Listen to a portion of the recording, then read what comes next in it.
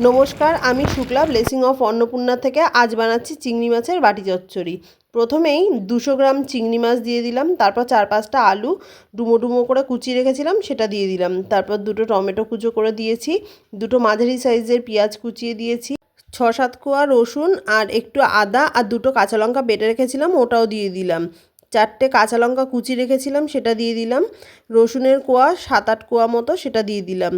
এরপরে একে একে লঙ্কার গুঁড়ো, হলুদের গুঁড়ো, জিরের গুঁড়ো, স্বাদটা ব্যালেন্স করার জন্য একটু চিনি, পরিমাণ মতো নুন আর 25 গ্রাম মতো তেল দিয়ে ভালো করে চটকে নিচ্ছি।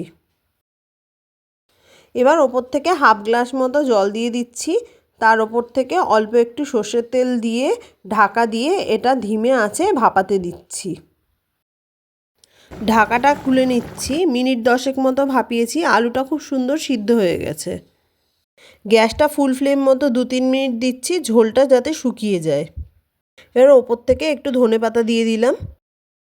আমাদের চিংড়ি মাছের বাটি চচ্চড়ি রেডি।